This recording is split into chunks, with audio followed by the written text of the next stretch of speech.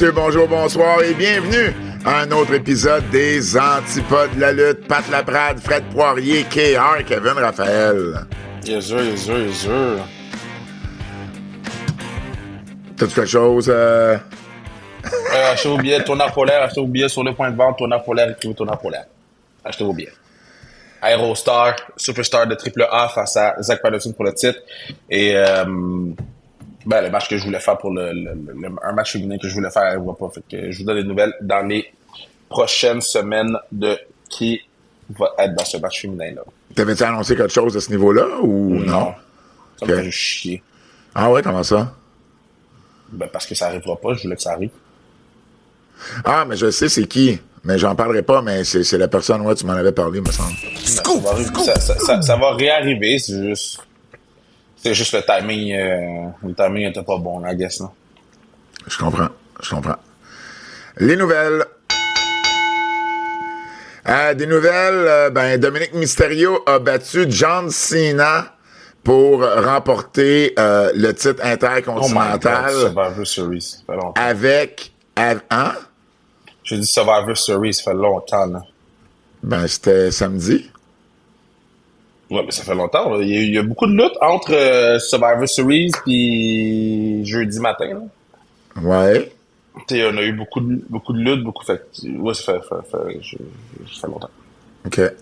Avec le retour de Liv Morgan, qui a justement aidé Dominic Mysterio à remporter le titre. Donc, John Cena s'en va dans son dernier match sans le titre intercontinental. Donc, j'imagine qu'il va gagner son dernier match. C'est un peu... Ça veut pas dire. Ça dépend c'est qui. Si c'est LA Knight, il va battre LA Knight. Mais c'est Gunther. C'est Gunther qui... Mais ils feront pas perdre Gunther contre John Cena. Je suis sûr et certain que John Cena gagne son dernier match. Surtout si c'est contre Gunther. Tu sais, Gunther, Attends, tu viens de dire que t'étais pas sûr, puis là, tu viens de dire que t'es sûr que John Cena gagne son dernier match. Mais écoute au complet, j'ai dit si c'est contre Gunther. Si c'est contre LA Knight, il va battre LA Knight. Mais c'est pas LA Knight, c'est Gunther. Mais je sais, mais c'est pas confirmé. Là. Il y a eu la finale. Je sais bien. Si c'est LA Knight, il va battre LA Knight. Si c'est Gunther va le battre. Parce que Gunther c'est une autre chose de plus sur le legacy de Gunther. Là. Tu sais, là, il n'y a pas besoin de titre. Il sera pas dans le title picture pendant un bout de Gunther. Là. Il sera pas proche de là parce que c'est loadé probablement jusqu'à WrestleMania. Fait que là, après ça, tu l'envoies battre John Cena. Il y a ce bragging rights-là. Il a été le champion intercontinental qui a détenu le titre depuis le plus longtemps. On s'en fout si John Cena gagne le dernier match ou non. Là. Comme, at some point, là, ça changera pas. Tout ce que ça va faire, c'est un pop. Mais ça changera pas la célébration avant et après le match. Les gens vont célébrer de la même façon. Fait que, donne la victoire à Gunther. C'est Gunther qui reste. C'est Gunther qui va continuer à amener la compagnie. Puis après ça, tu t'envoies Gunther contre quelqu'un X. Moi, je serais très, très, très surpris qu'ils finissent la run de Cena avec 2 défaites. Peu importe qui va affronter le 13 décembre. Mais moi, je serais pas surpris parce que John Cena, c'est le gars qui a perdu pendant 500 jours d'affilée. Ouais, mais pas à la fin comme ça. Ils feront pas faire 2 défaites en ligne. En tout cas, okay. Je pense, j'ai pas l'impression. On va le savoir bientôt. Là. Ça arrive. C'est dans 9 jours. L'homme mystère à Survivor Series, selon tout ce qui sort en ligne, particulièrement le PW Insider qui a été les premiers, ce serait Austin Theory, qui était dans le hoodie noir et dans la cagoule noire à la fin du match masculin de Survivor Series.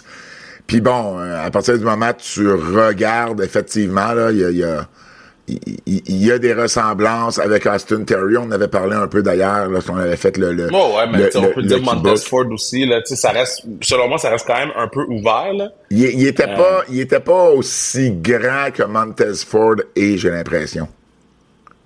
Mais je pense que c'est juste une impression parce qu'il était baggy, là. Ouais. Mais Austin Theory, c'est le gars qu'on avait entendu parler. Qui ferait partie de la vision. Je dis pas que c'est pas Austin Theory, là. Je pense aussi que c'est Austin. Après, j'avais dit Sami Zayn, mais c'est pas Sami, là. Fait que, tu sais, je pense que Austin Theory, de l'amener de cette façon-là, ça marche. Là, c'est juste que c'est risqué. Parce que quand t'amènes quelqu'un sur un hood, ça laisse planer peut-être une déception.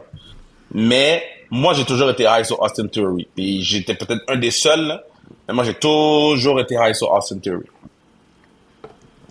Donc, puis tu sais, comme on disait, il y avait aussi il y avait eu des rumeurs comme quoi c'était lui qui était censé être dans la vision avant que Seth Rollins se blesse.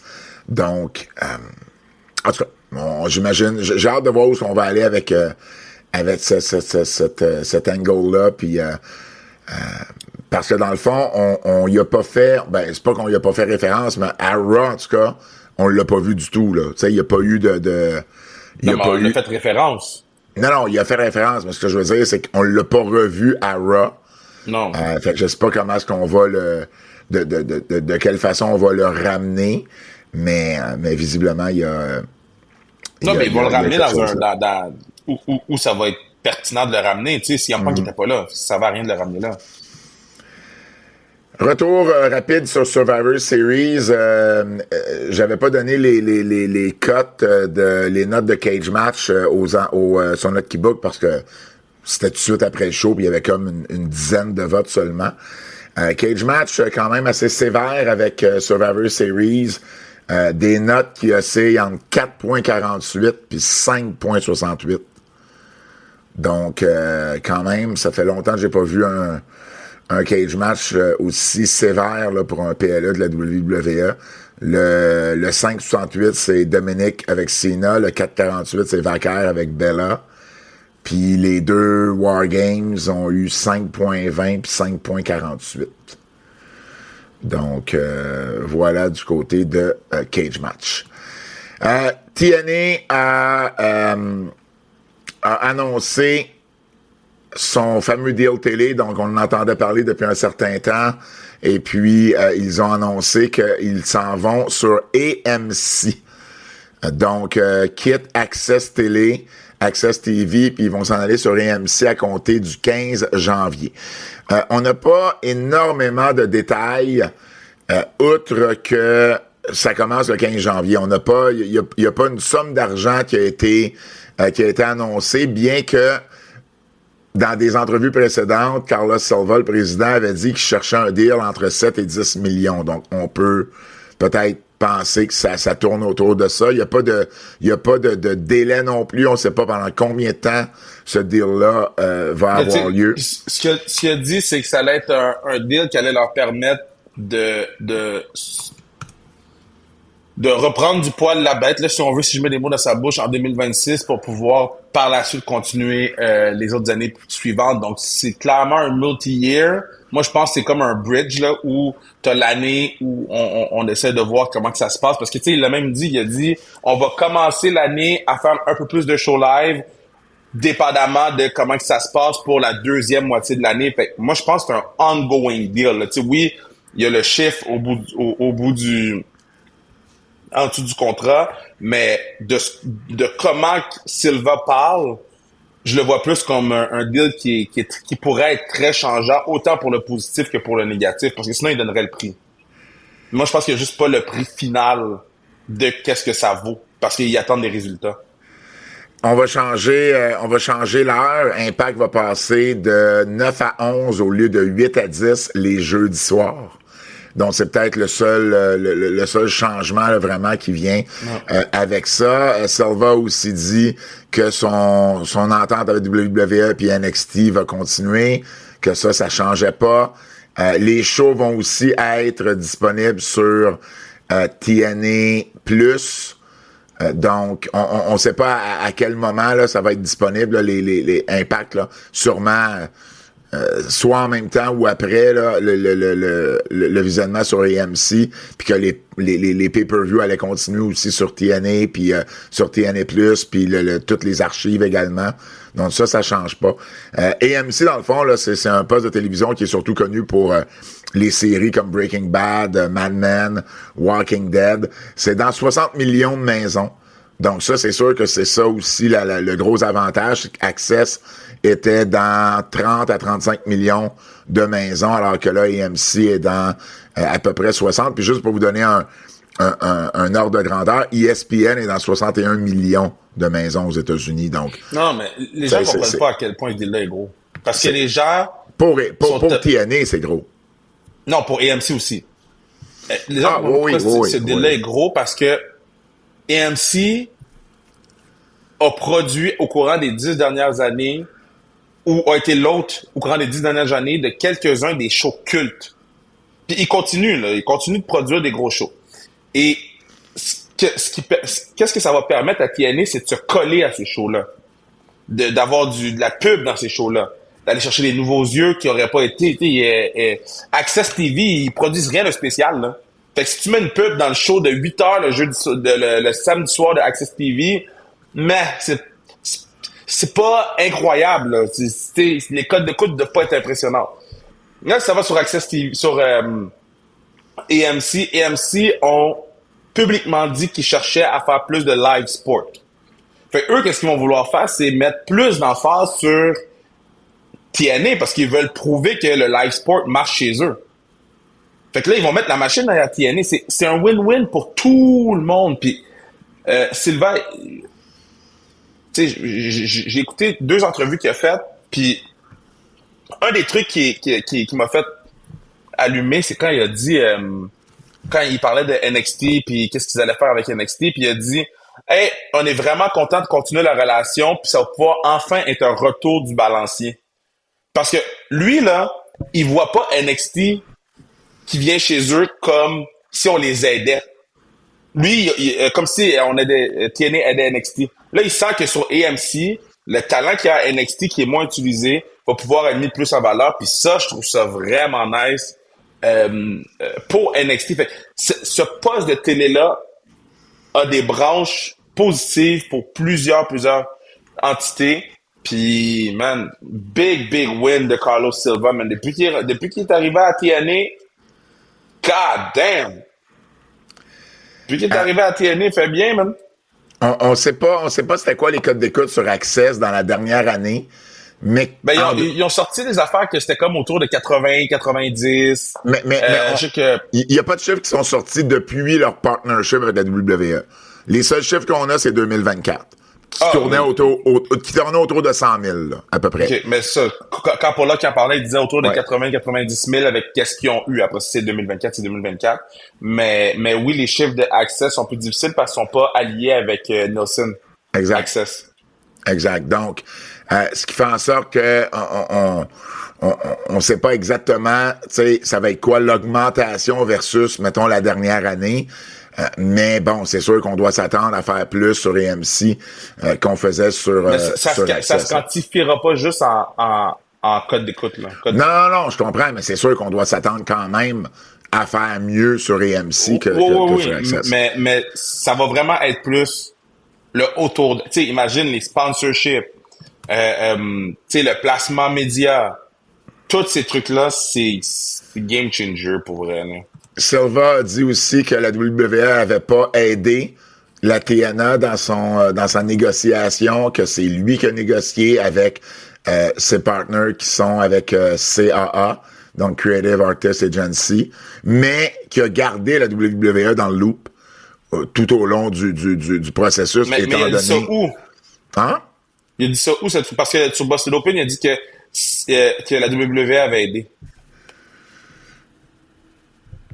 Moi, j'ai mal compris, là. Mais il a dit, c'est avec l'aide de la WWE, puis c'est grâce à notre partnership avec NXT qu'on a été capable d'aller chercher mais attends, mais c'est pas pareil de dire, c'est grâce à ce qu'on a fait avec NXT, puis... Non, il a dit, c'est avec l'aide de la WWE, puis c'est grâce à notre partnership avec NXT. Ben, en tout cas, regarde, je vais retrouver où il a dit ça, mais... parce que j'ai juste la quote, mais il a dit ça dans une entrevue qu'il a faite cette semaine. Oh, non, je sais, il en a fait 25. Mais... T'as une minute, j'ai dit ça ici.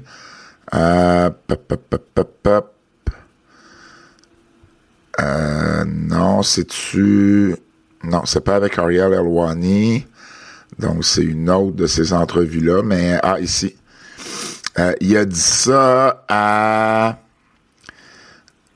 Attends une minute. Il a dit ça où, Cam? Mais sinon, c'est pas plus... Non, mais c'est correct. Mais il a dit ça au takedown de Sports Illustrated. OK.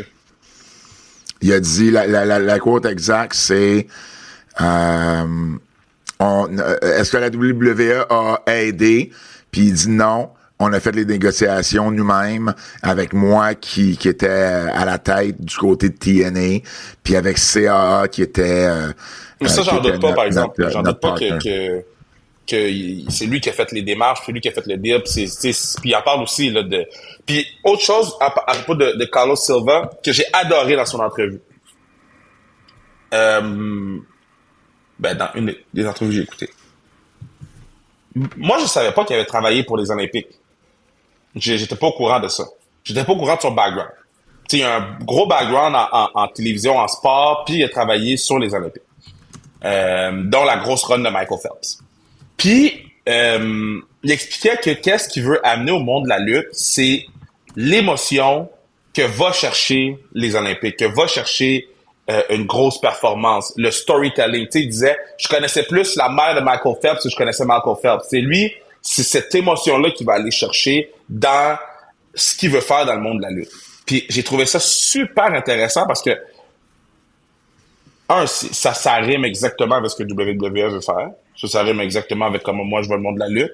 Mais c'est un autre gros joueur qui se positionne de cette façon-là. Puis AEW veut pas se retrouve un peu sur son île de compagnie de lutte. Tu sais, AEW reste la seule compagnie qui focus sur la lutte. Puis genre, on parle dans les grosses compagnies, là. Parce que même New Japan Pro Wrestling, maintenant, c'est rendu une compagnie de storytelling. Puis après ça, tu veux dire, Noah. Mais Noah, pour moi, c'est plus une grosse compagnie. C'est pas redevenu une grosse compagnie. Fait que, je trouvais ça intéressant qu'ils se positionnent de ce côté-là des deux hémisphères. Puis, j'ai hâte de voir ce qu'ils nous préparent, man. T'as-tu lu sur pourquoi c'est pas Shinsuke Nakamura qui va affronter Tanahashi au Tokyo Dome? Ça dépend. Vas-y. OK. Fait qu'il y a Trish Spears sur Social Suplex qui a écrit un article et qui donne des détails sur un peu qu'est-ce qui est arrivé dans le deal qui a pas fonctionné avec Nakamura. Fait que dans le fond, ce qu'elle explique, c'est que Nakamura a demandé d'avoir son release de la WWE durant l'été pour pouvoir faire ce match-là avec Tanahashi parce que sous contrat avec la WWE, ça n'aurait pas fonctionné parce que présentement, New Japan, l'un de ses gros partenaires, c'est CMLL, puis CMLL est en guerre avec WWE à cause de Triple A. Donc, il aurait fallu qu'il ne soit plus affilié à la WWE pour que ce soit correct du côté de New Japan d'avoir Nakamura dans ce match-là. Et tout était correct du côté de la WWE jusqu'au moment où ça soit plus correct. Donc, quand ils ont fait leur show au Sumo Hall durant, dans les derniers mois, ils ont fait des shows au Japon. Puis, à la suite de ces shows-là, TKO a dit, ouais, finalement, ça marchera pas. On libérera pas Nakamura. Il peut faire le match si vous le voulez, mais on le libérera pas de son contrat. Non, c'est ça. Et c'est là que New Japan a dit, OK, ben d'abord, nous, on l'utilisera pas, puis on va aller ailleurs. Non, c'est ça. Tu sais... Qu'est-ce que tu veux dire, c'est ça? Non, parce que c'est pas de la faute à la WWE que ce match-là arrive pas. Zéro. Ben, c'est pas de la faute à la WWE. C'est pas de la faute à la WWE dans le sens où ils ont pas voulu laisser Nakamura, libérer Nakamura de son contrat. Non, mais ils vont pas libérer leur partenaire pour qu'il aille faire un match ailleurs, là. Ils ont tous les droits de faire. Il dit, je te le donne. Vas-y. Ouais. Ils disent, vas-y.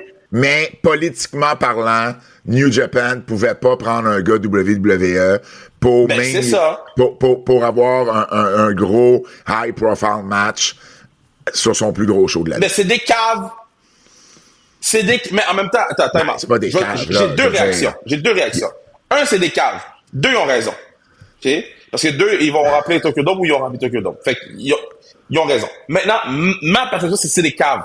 Parce que, juste parce que CMLL Ben, c'est CMLL puis aussi AEW, là, tu sais. OK, mais juste parce que AEW puis CMLL, c'est leur ami, on va empêcher Shinsuke Nakamura. On parle pas d'un main eventer, là. On parle de Shinsuke Nakamura, là, qui, lui, pourrait te faire de la business que tu pourrais planer là-dessus pour des années, là. Puis qui va bénéficier CMLL, qui va bénéficier AEW. Parce que si les gens achètent le style d'abonnement, là, 999 yens pour New Japan World, parce que les gens vont le payer le 999 yens sur New Japan World pour voir Shinsuke Nakamura au Tokyo Dome. Tu penses que tes tinamis de AEW vont faire mieux pour t'aider? C'est quoi la meilleure business à date? Les tinamis de AEW ou Shinsuke Nakamura qui vient pour One Shot Deal? Ouais. C'est quoi que AEW a fait pour aider New Japan au Japon? C'est plus compliqué que ça, je trouve. Non, parce que c'est de la chicane. C'est de la politique, Kev, là. C'est de la chicane. C'est de la politique, c'est de la chicane. Ben oui. C'est de la chicane. Regarde. Allô, moi, je suis ici. Moi, je l'aime pas. Dude, il y a de l'argent à faire. For years. Qu'est-ce que CMLL fait pour le marché de New Japan au Japon? Ben, il y a une association. Qu'est-ce que AEW fait pour le marché de New Japan au Japon? Ben, il y a des lutteurs des AEW qui sont sur les cartes de New Japan. Est-ce que toi, là, OK, tu vois un lutteur de AEW sur la carte de New Japan, tu dis, je vais aller payer 999 yens. Non. Mais si c'est Shinsuke Nakamura, t'aurais payé 999 yens. Comme beaucoup de gens. Fuck. C'est drôle parce qu'avec l'écho qu'il y a chez vous quand tu nous parles, on dirait que tu le dis 2 fois ton commentaire, c'est encore plus drôle. Attends, je suis dans une autre. Attends, je vais aller me mettre dans l'autre pièce. Excuse-moi. Je pensais pas que c'était si bad. C'était si bad que ça? Ben, quand tu parles normalement, non, quand tu te mets à t'énerver, ça sonne vraiment, vraiment, vraiment écho. Je commence à avoir plus de meubles, là. Mais t'as pas ton micro? J'ai vraiment avec mon micro. Hein? Parce que dans le fond, ben, là, c'est moi qui ai paresseux, je pourrais en commander un nouveau, là. Mais j'ai brisé mon micro. J'ai brisé le fil du micro. Puis le fil, c'est des fils old school 1981, I guess. Là. Qu'est-ce que tu fais avec tes fils, toi? Ton fil du micro, ton fil de ton plugin pour ton MacBook WWE qui est... Il me semble 2 fois, il a brisé ton fil. T'en as-tu un nouveau, là? Ou Oh, j'en ai un nouveau. Ouais. Non, parce que j'avais arrangé le premier. J'en avais acheté un. Là, j'avais arrangé le premier. Là, après ça, j'étais comme, ben là, je vais garder je vais regarder un dans 2 locations différentes. Mm-hmm. Puis, dans la location que j'étais, ben le premier, il a lâché. Fait que là, on m'amène le deuxième. Je comprends. Parce que je vais pas me promener avec toute la boîte, là. Fait que, tu sais, mettons, quand je fais le show, j'ai mon laptop, puis il me semble que c'est pire ici, non? C'est pire. Ouais. Ouais, ben ça ressemble bien gros, mais c'est pas nécessairement mieux. Okay, je vais Amazon le micro live, là. Mais remplis ta maison aussi. T'ouvres une pièce, là. Quand t'avais tes souliers, là, c'était bon. Là, les souliers, ça, c'est bon pour l'acoustique, ça. Non, je sais, mais ça sent bien. Donnez-moi une chance, man. Les souliers, c'est bon pour l'acoustique? Oui. Ouais. Ah, ouais. Ben, n'importe quoi, tu sais, n'importe quoi qui a du relief puis qui est pas plate. Et... Ben, j'ai le gars qui fait la salle pour Jeff Stinko, là, le gars de Simple Plan. Mm-hmm. J'essaie d'avoir ce gars-là pour faire ma pièce où je vais travailler X, là, où je vais tout faire, là. Fait que c'est ça. Mais là, tu devrais être pas payé ici, là. J'ai plus de meubles.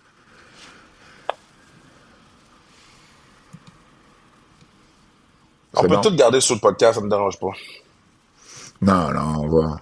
Ah, bon, good. Ouais, c'est mieux. J'oublie tout le temps que je oui. Oui, OK, oui, effectivement, c'est mieux. Donc, au final, c'est Okada qui va affronter Nakamura. Il y a Dave Meltzer aussi qui a ajouté en parlant de la chose, en disant que Kenny Omega puis Naito ont aussi été des noms qui ont été amenés pour Kenny Omega et Tetsuya Naito. Fuck Non, quoi, non, Naito? mais c'est d'autres noms qui ont été mentionnés, mais ils savaient pas à quel point là, ça avait été considéré sérieusement ou pas, mais c'est d'autres noms qui ont entendu qui avaient été considérés à un moment donné dans les discussions, mais au final, je pense qu'Okada... dans le fond, c'est que Tanahashi veut avoir un dernier bon match, puis... T'sais, lui, il pense qu'Okada est le partenaire qui va lui donner ce meilleur match-là, en fait. Donc, c'est un peu ça, la logique derrière le choix d'Okada quand Nakamura a pu être une option, dans le fond. C'est ça. Nakamura aurait changé la business de New Japan Pro Wrestling comme Chris Jericho a changé la business de New Japan Pro Wrestling quand il est arrivé. Oh, ça aurait... Mais c'était un one-shot deal. Exact, c'est un one-shot deal. Mais je pense, changer la business, je trouve ça fort. Ça aurait changé la business de New Japan Pro Wrestling. Ça a ramené plus d'abonnés. Mais ça n'aurait pas juste amené plus d'abonnés. Si tu fais un show comme tu es capable de faire New Japan Pro Wrestling, ils vont écouter, c'est Dominion ou New Year's Dash, je pense, le lendemain, là, ou 2 jours après. Ils vont écouter le follow-up, là. Pas nécessairement. Fait que t'as au moins une opportunité, peut-être 2 opportunités d'avoir une rétention de gens. Mais Okada qui va là-bas, là, ils vont pas aller chercher les nouveaux yeux, là. Non, mais en même temps. Puis je suis content qu'il affronte Okada, là, je suis un fan de New Japan. Je suis content. Mais en même temps, tu choisis tes batailles dans la vie, puis peut-être pour eux autres, c'est une bataille qu'ils voulaient pas prendre parce que ça va être un mal de tête pour le reste de l'année. Ben, tu sais quoi? Choisis tes batailles, mais à un moment donné, money talks, puis faut que tu regardes qu'est-ce que la personne fait pour ton territoire. Mais en même temps, j'imagine qu'ils ont évalué ça aussi. Oui, je te dis qu'ils ont... C'est pour ça que je t'ai dit. C'est des caves, puis ils sont intelligents. C'est les deux. Mais ce que je veux dire, c'est que s'ils ont pris cette décision-là, c'est parce qu'ils ont jugé, j'imagine, que la business que Nakamura leur avait amené valait pas les mots de tête qu'ils vont avoir politiquement parlant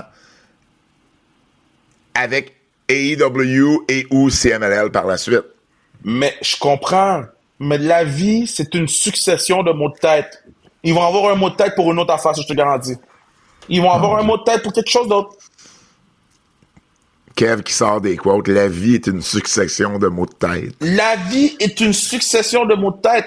C'est juste, ça dépend quand l'Advil fait effet ou quand il fait pas effet. Tu parlais de Chris Jericho. Selon Dave Meltzer, la WWE a offert à Jericho un storyline de retraite. Alors, c'est comme ça qu'ils voudraient le ramener. C'est de le ramener, mais dans un storyline qui va mener à sa retraite. Et puis, selon ce qu'on... tu sais, je pense que Jericho s'en va à la WWE, là. Je pense pas que c'est une surprise pour personne. C'est maintenant, à partir de quand qu'on va le ramener, ça, c'est une autre question, mais c'est ce que la WWE lui aurait offert, là, en ce moment. Donc, voyons voir à quel moment tout ça va se tramer, puis est-ce que ça va être le Rumble, ou est-ce que ça va être à un autre moment. Bien hâte de voir tout ça. Si vous voulez avoir plus de nouvelles, ça se passe sur notre Keybook. Les nouvelles en extra, exclusivement sur notre Patreon Keybook. Cette semaine, aux nouvelles en extra, on vous parle d'un nouveau champion du côté de la CMLL. On vous parle de Stephanie McMahon, Andrew Schultz, des nouvelles de AEW également, donc et bien plus. Exclusivement sur notre Patreon Keybook, les nouvelles en extra. Lutte québécoise. Lutte québécoise. On recommence. Lutte québécoise. Laissez pas tranquille. Lutte québécoise. Oui, vas-y. Je viens de voir l'affaire. Je viens de voir une affaire que au Brésil, un prisonnier peut réduire sa sentence de 4 jours pour chaque livre qu'il lit avec chaque... Puis il fait un rapport sur le livre, là. Puis tu peux monter jusqu'à 48 jours. Est-ce que c'est une bonne idée, man? C'est drôle. Ça devrait être dans tous les pays, man. What's going on? Fait que le gars, il a pogné 10 ans, puis il peut sauver 48 jours. Ouais, mais s'il a pogné 2 ans, mettons. Ouais, c'est un mois et demi Un mois et demi de moins. Ben, pour vrai, moi, 1 mois et demi de moins, je le prendrais. C'est sûr. Je le prendrais. Pour lire des livres, je le prendrais. À Go on lit, faites le test, à gol.ca. Ça serait la seule façon que tu finirais par finir mon livre sur le géant Je te ferré. le finis en 3 jours. Quoique le livre sur le géant ferré, ça devrait compter pour 2 livres. À 600 pages, là, tu devrais aller chercher Je te 8 dis, jours avec ça. Un jour, je vais le finir sans que tu le saches, puis je vais dropper des références sur le podcast. Puis c'est comme ça que tu vas savoir que je l'ai fini. Je pense que je vivrai pas assez vieux pour voir ce jour-là. Non, ok, ben t'es déjà vieux, fait que... Ah, ta gueule. By the way, achetez mon livre, La Coupe Stanley, je te raconte. J'oublie tout le temps de le plugger. Ouais. Mon éditeur a dit que ça va bien, ils sont contents, yes go, mais achetez le cadeau. Puis si vous habitez dans la région de Montréal / Laval, là, écrivez-moi, là. Si je suis dans le coin, je vais venir vous le signer. Tu vas-tu répondre à tes DM? Ça dépend c'est qui. Ben oui, mais là, tu viens de faire un message ouvert. Écrivez-moi. Si vous êtes dans le coin de Montréal, Laval, je vais le signer. Mais si tu réponds Ça dépend pas... c'est qui. Ça dépend c'est qui. Si quelqu'un me répond, si quelqu'un m'envoie chier, je répondrai pas. Ben pourquoi il t'enverrait chier? Mais il y a plein de gens qui m'envoient chier à tous les jours. Ben non, mais à tous les jours. Ben oui, il y a des gens qui m'envoient chier pour le fun de m'envoyer chier, là. Je suis comme, je t'ai rien fait, là. Ben non, mais je comprends, mais si quelqu'un fait juste te demander « Hey, tu peux signer mon livre? » Oui, là, je vais répondre, puis je vais te dire, t'habites où? OK. Puis après ça, je vais te dire, yo, je suis dans ton coin, genre, mercredi, le 22. OK. Ben, si tu m'écris, Mercredi, c'est le 24, mais c'est correct. Yo, on fait SmackDown un jeudi. Ah, oui. Yo, je suis tellement content. On a congé le 19. Ouais, c'est ça. Mais moi, je vais partir. Tu vas partir où? Ben, yo, je n'ai pas dit ça sur le podcast où je m'en vais. Non, on travaille le jeudi à 10h, dans le fond. Yo, moi, jeudi, Puis on retravaille, je suis on retravaille le dimanche, par contre. Oui, mais je peux partir 2 jours. Oui, mais tu peux toujours Aller partir dans 2 jours. Hein? Tu peux toujours partir 2 jours. Oui, mais je sais, mais comme, là, c'est nice, là. Comme, les kids vont finir l'école, on va rentrer dans l'auto, puis on va aller dans Les la kids neige. finissent l'école le 18? 19. Ah, OK, ouais, c'est ça. Ils Mais finissent si le on avait eu 19. SmackDown, ça aurait coupé ma soirée pour quitter. Oui. Mais on travaille ça, mais on travaille le 21. Puis le 22. Ouais, mais 2 jours en vacances avec les kids, c'est bon. C'est juste assez. C'est bon. Quand ils deviennent fous, là. Yo, on est allé, man. Je vous conseille d'y aller, là. Tu sais, ils appellent ça du glamping, là. Ça faisait du camping, mais pas vraiment du camping, là. Genre, ils te mettent une bulle dans la forêt, là. OK. C'est comme un dôme dans la forêt. Puis cet été, j'ai amené ma famille, j'ai amené mes parents, mes sœurs, puis les kids. Puis je vais vous envoyer la photo, là, dans le groupe, là. Mais ma mère avait jamais rentré dans un jacuzzi. Imagine une famille de blacks avec 2 kids dans un jacuzzi de 3 places. C'est l'affaire la plus random. J'ai dit, obligé de prendre une photo tellement que c'était bad. Je pensais C'est pas aller drôle, dans ça. la piscine, puis tout le monde a dit non. Fait que je vais vous envoyer ça. Ouais, story time with Kev. On peut continuer le podcast. Retour sur Battle War. Un des meilleurs matchs de l'année. Est-ce que c'est arrivé? Non. Un des meilleurs matchs de l'année. Matt Falco et Benjamin Toll contre Kevin Blanchard et Junior Benito. Ça a ouvert le show. C'était vraiment, vraiment un gros match. C'est Falco et Benji qui ont apporté le match. Sinon, dans les autres histoires à noter, il Ils y ont-tu a... un nom là-bas, Falco et Benji? Non. C'est-tu les Skyscraper? Non, c'est Matt Falco et Benjamin Toll, tout simplement. Chris Tara a battu Leon Saver, s'est fait attaquer ensuite par Jason Gray. Et ensuite est revenu donner la monnaie de sa pièce à Jason Gray dans son match contre Michel Plante. Donc, il y a une rivalité qui se travaille ici. Et puis, ben dans la finale... Michel Plante, il porte une patch à l'œil, non? Là-bas? mais ils l'ont enlevé durant le match, ouais. Moi, je suis avec les stories, c'est ça que je demande. Je viens de voir la photo. Ça a juste pas de sens. Ça a juste pas de sens, cette photo-là. On dirait de vous découvrir la neige. Genre, c'est malade. Non, mais c'est malade, genre. Ma mère est si contente. Elle est comme, yo, l'eau, il y a des remous. J'étais comme, mais c'est ça, un jacuzzi. Puis là, elle mettait ses pieds où il y a les bulles, là, puis elle est comme, ouh.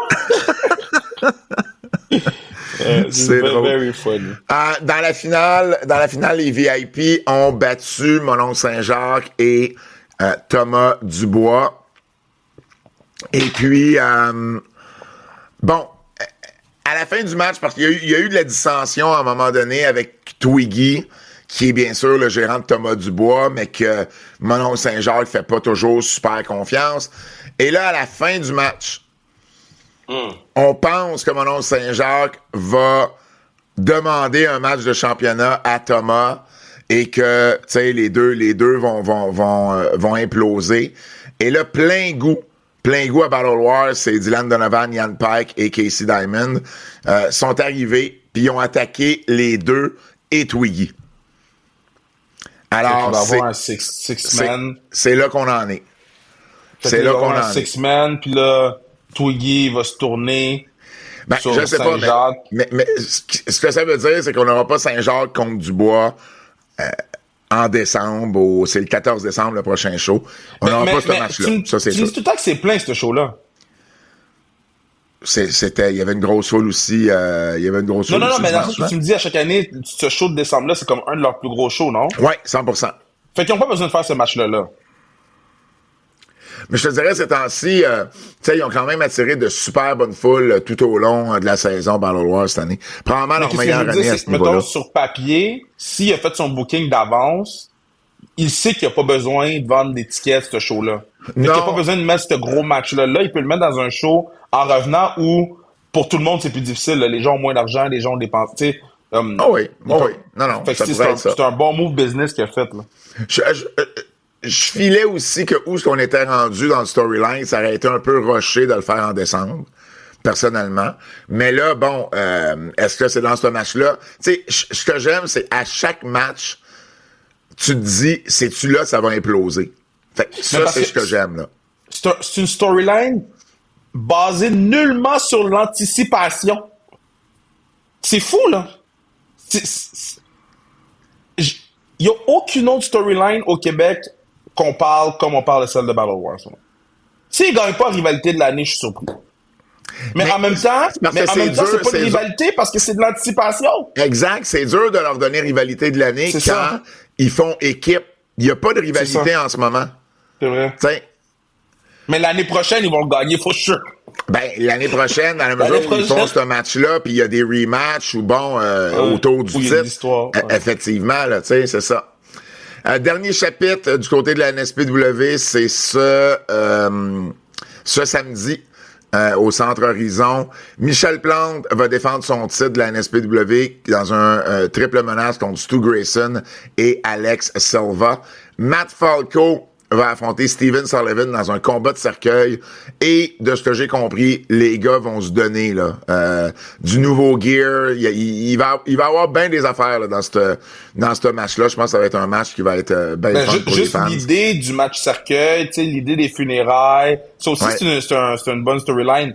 Tu sais, il y a eu les funérailles. J'ai vu les vignettes en ligne. Je pense pas qu'on a vu beaucoup de matchs cercueil au Québec, là. Non, pas tant. Fait que, on amène une petite touche créative. Fait que ça aussi, man, big up. Leon Saver va affronter Dylan Donovan. Jason Gray et MDMA vont affronter Tyler Knox, Travis Toxic et Lou MDMA, là, c'est pour la drogue, hein? Hein? MDMA, c'est la drogue. Fred pourrait plus répondre à ça. Hey, c'est quoi ça, cette allégation-là? Mais oui, ça fait référence à une drogue. OK. Bon, parfait. Que j'ai jamais prise. Je voulais qu'un expert puisse répondre à la question. Ouais. Parce que moi, j'ai découvert plein de drogues. Là. J'ai écouté le documentaire de Didi. Ah. Yo, documentaire de Didi, c'est bad pour Didi, hein. Il est sur quelle plateforme? Il est sur Netflix. Ah, ouais! Ah, je l'ai pas Puis vu. en plus, j'ai failli le plugger parce que j'étais comme, c'est sur Netflix, puis je venais de l'écouter, là. Je venais de finir quand on a fait NXT, puis j'ai fait, je sais pas si c'est une bonne idée. Non. Mais le documentaire est incroyable, là.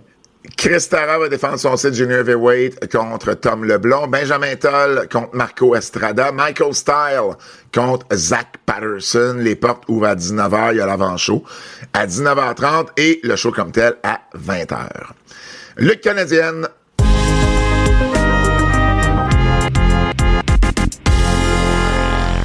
Le Canada. Lutte canadienne, parce qu'on va parler de C4. As-tu vu ça passer, ce qui est arrivé à C4 à Ottawa vendredi passé? Ben oui, j'ai vu passer, là. J'ai vu passer, c'était un peu de la marde, là. Fait que dans le fond, juste avant la finale, c'était Junior Benito qui défendait le titre de C4. Ça a fait le tour, hein. Ouais. Ça a fait le tour du monde. Il y a deux fans, en fait, c'est pas des fans, il y a deux hommes qui sont rentrés dans le ring, qui sont venus pour attaquer l'arbitre. Et c'est legit, là. C'est pas une storyline, c'est pas rien de ça. Ah, c'est Roger Jackson. Et là, l'arbitre a voulu se défendre, la sécurité est arrivée rapidement. Ils les ont sortis, mais tu sais, il y a des coups de poing qui se sont donnés de part et d'autre là, dans cette échauffourée-là. Et les gars ont voulu revenir après avoir été sortis. On les a ressortis à nouveau.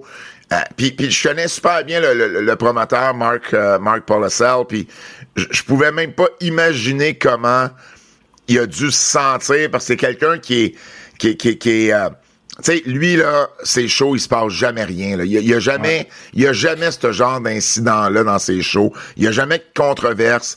Puis, je pouvais juste, je lisais, là, ce qui se passait, puis je pouvais juste le voir, lui, là, en train de crier après ces gars-là pour qu'ils sortent, parce que il est très émotif, Mark, tu sais, puis je pouvais juste le voir en train de devenir émotif dans ce moment-là, parce que... Et puis il a raison, ben. Puis il a raison à 100%, là. Et là, de ce qu'on apprend, ben, dans le fond, c'est deux gars qui... C'est pas des fans réguliers. Ils ont été là juste pour foutre le bordel. Ils se parlaient avant qu'ils fassent leur entrée dans le ring. Il y a des gens qui les ont entendus, tu sais, en parler. Mais tu sais, t'es fan de lutte, là. Tu penses que c'est arrangé, tu penses que c'est... Tu sais, tu portes pas attention nécessairement à ça, mais il y avait rien d'arrangé. Puis effectivement, ça a fait le tour. John Pollock a sorti une histoire là-dessus. Tous les autres sites ont repris ça. Et leur show est pas en direct sur IWTV. Il est en différé. Et ils ont coupé cette partie-là. Ben, j'espère. Pour ne pas donner, justement, tu sais, d'exposure à ces deux gars-là, là. Et puis... Deux choses. Ouais. Bravo à C4. Parce qu'ils ont quand même réagi rapidement dans quelque chose que... Je comprends les gens de Froze. Je comprends les gens de faire comme, what the fuck, qu'est-ce qui vient de se passer? C'est sûr. Fait que ça, c'est numéro 1. Numéro 2. Vous êtes pas nice. C'est pas nice ce que vous venez de faire. Vous êtes pas cool. Vous êtes pas hot. Vous êtes pas des anarchistes. Vous êtes des estis de fuck all. Ouais. Des estis de fuck all. Ouais. Il y a rien dans ce que vous avez fait qui est passible au point d'avoir du street cred. Je suis rentré dans le ring, beat up un arbitre. Puis tu sais, c'est pas non plus... T'es un fuck all, man. C'est pas non plus, mettons, la situation, ben en fait, ça n'a pas été une situation, mais ce qu'on a vécu, mettons, à Québec, quand on a fait le corpo il y a une couple de semaines, où t'as un lutteur dans le ring qui invite quasiment les gens à venir l'affronter. Même à ça. Non, je comprends, mais il y a au moins il y a une prémisse, il y a un défi qui est lancé, il y a quelque chose... Et là, après ça, tu gères. Mais là, c'est même pas le cas, là. Il a même pas passé proche. Ils sont entrés dans le ring, puis ils ont beat up l'arbitre, là. L'arbitre qui a rien demandé, là. Tu comprends? C'est qu'ils sont lame, man. man. C'est vraiment dégueulasse. Puis évidemment, là, les gens qui nous écoutent, c'est pas à vous qu'on s'adresse, parce que ces deux gars-là, c'est pas des fans de lutte, là. Tu comprends? Ils se sont pensés bien drôles, puis on dit, hey, on va aller attaquer un arbitre dans le ring. Tu comprends? Pour vrai, c'est dégueulasse, puis ça devrait pas arriver. Je suis content que la sécurité ait intervenu rapidement. L'importance d'avoir de la sécurité aussi à un show de lutte, parce que pas de sécurité, l'arbitre est laissé là à lui-même jusqu'à temps que, tu sais, le roster s'en mêle, j'imagine, tu sais, donc c'est un peu du gros n'importe quoi, puis pour vrai, j'ai parlé à Mark moi-même, puis Mark puis je rentrerai pas dans les détails, mais Mark avait une grosse semaine émotive au niveau personnel dans le corps. Puis ça arrive en plus, tu sais, fait que ça a pas rien ajouté de nice à sa semaine. Sans rentrer dans les détails, là, c'est parce que peut-être tu le sais pas, ou peut-être c'est ongoing, ou peut-être il y a des réflexions, on pourra en avoir du podcast, mais est-ce que c'est quelque chose où on pense porter plainte ou non? Honnêtement, je pense pas. Je pense... en fait, tu vois, c'est public, là, fait que je vais le dire, là, je voulais juste vérifier, là. Le père à Mark est décédé dans la dernière semaine et demie. Donc, il vit avec ça, il fait son show quand même, puis là, il est obligé de gérer cette situation-là alors qu'il est lui-même vulnérable au niveau émotif, là, ce qui est tout à fait comprenable. Fait que, tu sais, il n'y avait pas besoin de ça en plus, là. Mais je ne pense pas, parce que c'est pas... en fait, je dis ça. J'ai pas parlé à l'arbitre. Je sais pas si Serge Saint-Denis lui-même... je t'encourage, Serge. Je t'encourage. Parce que je ne pense... De tout ce que j'ai lu, je ne pense pas que la police a été appelée. Ben non, mais c'est pas grave, porter plainte pareil. Oui, 100% qui peut porter plainte, mais ce que je veux Surtout dire, que c'est sur vidéo, là. Ce que je veux dire, c'est... je sais pas à quel point on sait l'identité de ces deux personnes-là, tu comprends? Parce que la police n'a pas été appelée. Je comprends, mais c'est quand même facile à trouver, là.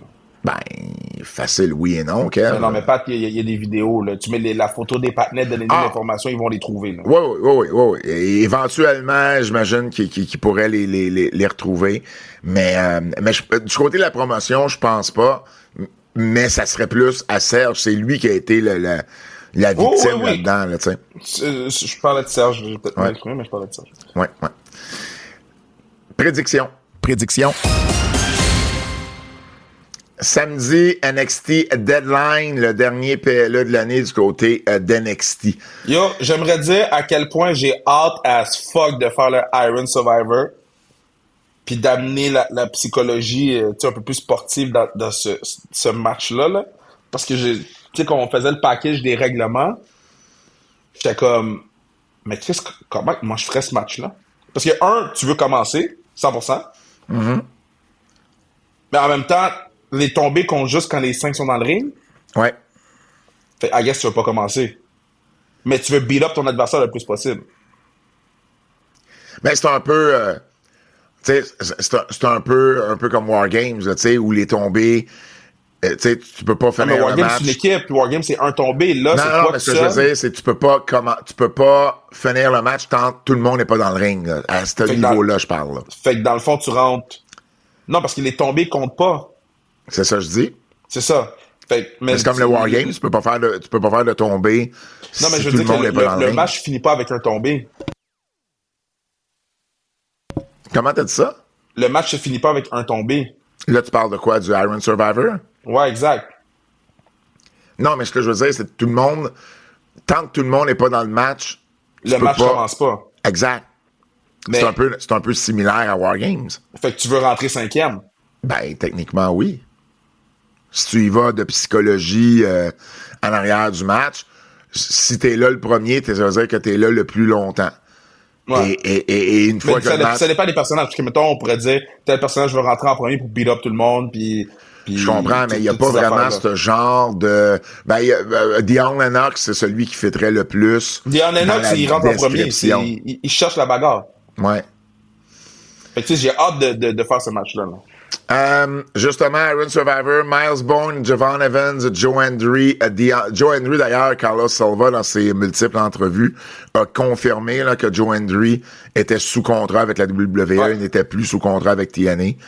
Et ils peuvent l'utiliser encore parce qu'ils ont cette relation-là avec WWE, mais il est officiellement avec la WWE. Donc, Bourne, Evans, Hendry, Dion Lennox et Leon Slater. Le gagnant va se mériter un match de championnat NXT.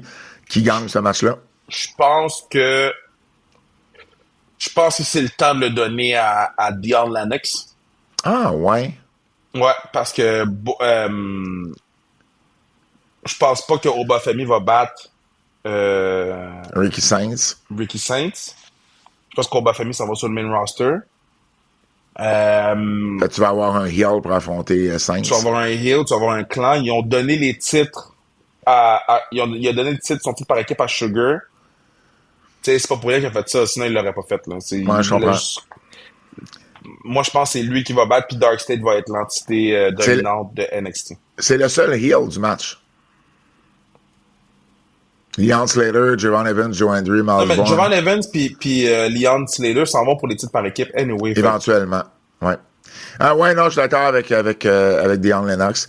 Iron Survivor féminin, Kendall Gray, qui pour vrai, j'aime ce que je vois de Kendall Gray Bro, moi je suis high sur Kendall Gray Day One. Day One. Vous irez écouter les podcasts, les shows.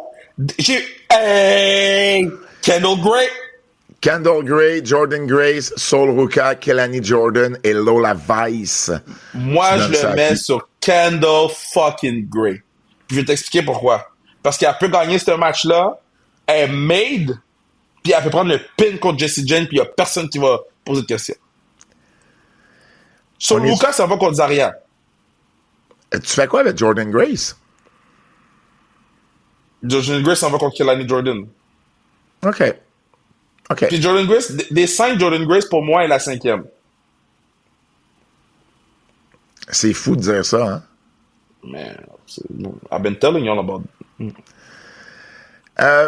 Puis c'est pas méchant, mais c'est juste que Kelani Jordan... Yo, la promo qu'elle a faite, Kelani Jordan, là, que j'avais de la misère à commenter parce que je comprenais pas qu'est-ce qu'elle disait, parce que la foule était loud as fuck, puis elle a pas manqué un seul beat.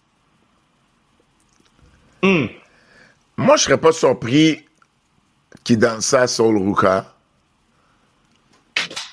En fait, c'est pas vrai. Je serais pas surpris qu'il donne ça à Lola Vice.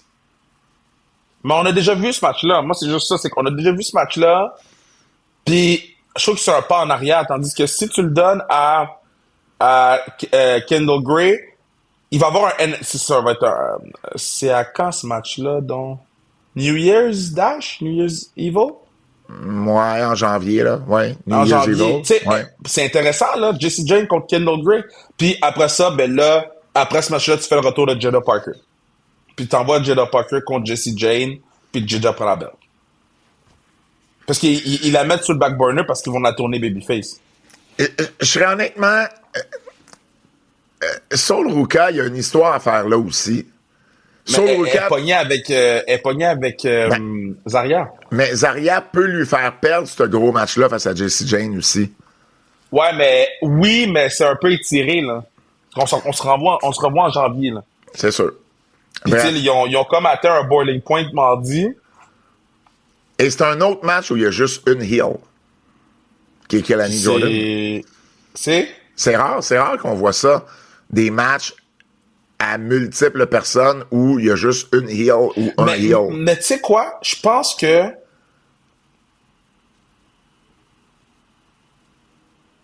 Kelani Jordan, c'est la seule vraie heel. Mettons, à NXT, là. Jessie Jane est heel. Oui, ben c'est ça, mais attends, je vais te les nommer. À NXT, là, les heel, là, t'as Kelani, t'as Izzy, t'as Jessie Jane. Je parle dans la division féminine. Ouais, Fallon and Lee. Ben, tu sais, fellow influence. Ouais, mais c'est ça. Fatal Influence, Izzy Dame, mais après. Ben, Kelani Jordan. Ça, Kelani Jordan, Fatal Influence. Izzy Dame, fellow influence. Ben, ça en fait quand même 5. Ouais, mais Izzy Dame, ça va contre Tatum Paxley, fait que tu peux la mettre dans ce match-là. Ouais. Puis Fatal Influence, ils ont la belt. Ils ont deux, ouais, ils ont même 2 belts, en fait. Ouais.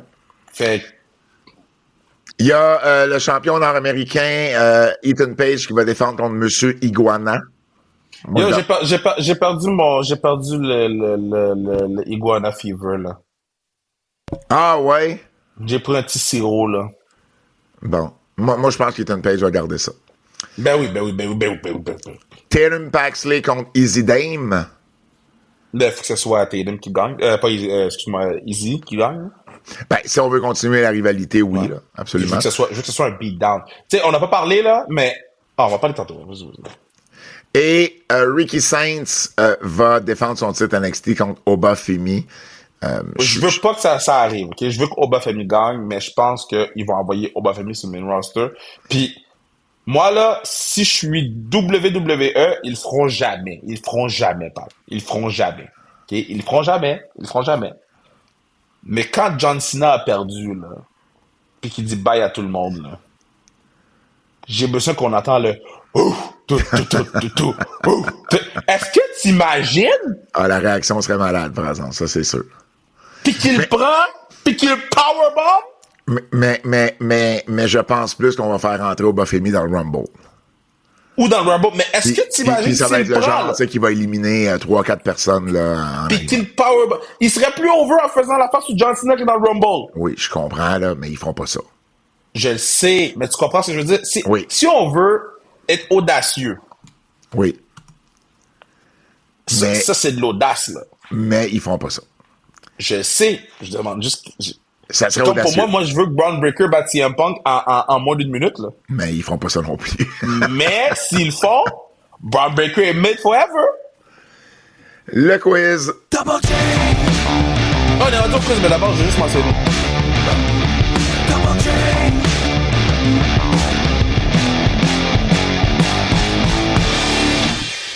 Ok, juste mentionner vite vite. Je sais que tu n'étais pas d'accord dans le groupe, là, mais la promo de Braun Breaker, Ouais. c'est la meilleure de sa carrière, c'est facile à dire, là. C'est une des meilleures cette année dans le monde de la lutte. Je suis pas d'accord. Ce que Braun Breaker a fait là, holy shit. C'était- Et si vous avez des doutes, retournez voir la... Moi, j'ai écouté la promo 3 fois. Retournez voir la promo et regardez en arrière de Braun Breaker. Regardez Paul Heyman, regardez Logan Paul, regardez Bronson Reed. Les trois, un des trois break character complètement. Là. À la Sami Zayn, Roman Reigns. Là. Les trois, là, sont brisés en 1000 morceaux, là, OK? Et puis même Paul Heyman a la main sur sa bouche, il est comme, bro, je comprends pas qu'est-ce qui se passe.